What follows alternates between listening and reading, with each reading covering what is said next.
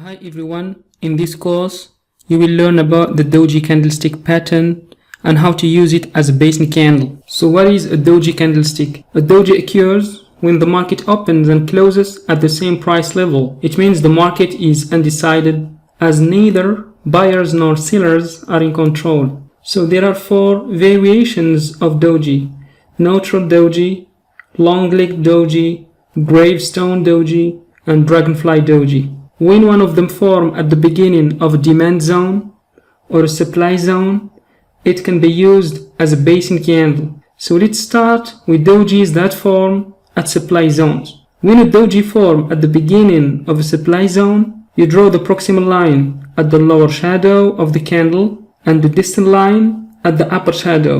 Look at some real chart examples. This is the Euro US dollar 1 hour chart, and this is a clear supply zone. As you can see, there is a Doji candlestick pattern that was formed at the beginning of this strong move. So we'll use it as a basic candle. To draw the supply zone, you draw the proximal line at the lower shadow of the candle and the distant line at the upper shadow. When the market returned to test the supply zone, prices were rejected and the market moved down. Look at another example.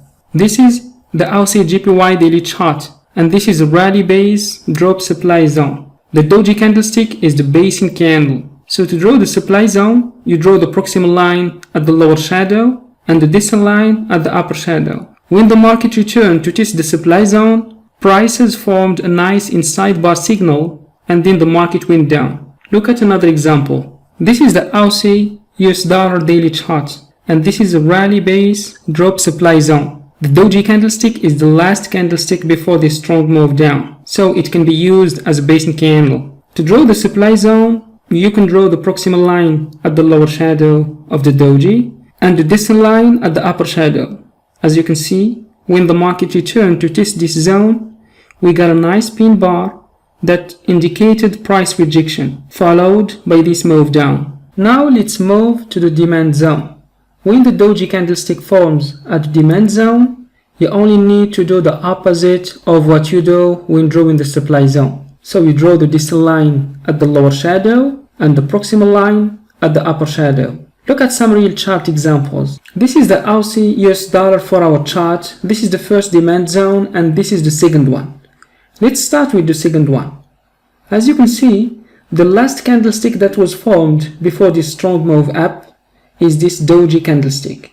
So we draw the distant line at the lower shadow and the proximal line at the upper shadow to get this potential demand zone. When the market returned to test the zone, it was strongly rejected, forming this nice pin bar. Now look at the first demand zone. The last candle before this move is this Doji candlestick. So to draw the zone, you draw the distant line at the lower shadow and the proximal line at the upper shadow to get this demand zone. When the market returned to test the zone, it was rejected. Look at another example. This is the Euro Pound 1 hour chart, and as you can see, this is a drop base rally demand zone. The basic candle is this Doji candlestick. So to draw the zone, you draw the distant line at the lower shadow and the proximal line at the upper shadow. Alright? Look at another example. This is the Aussie JPY daily chart, and this is a drop base rally demand zone.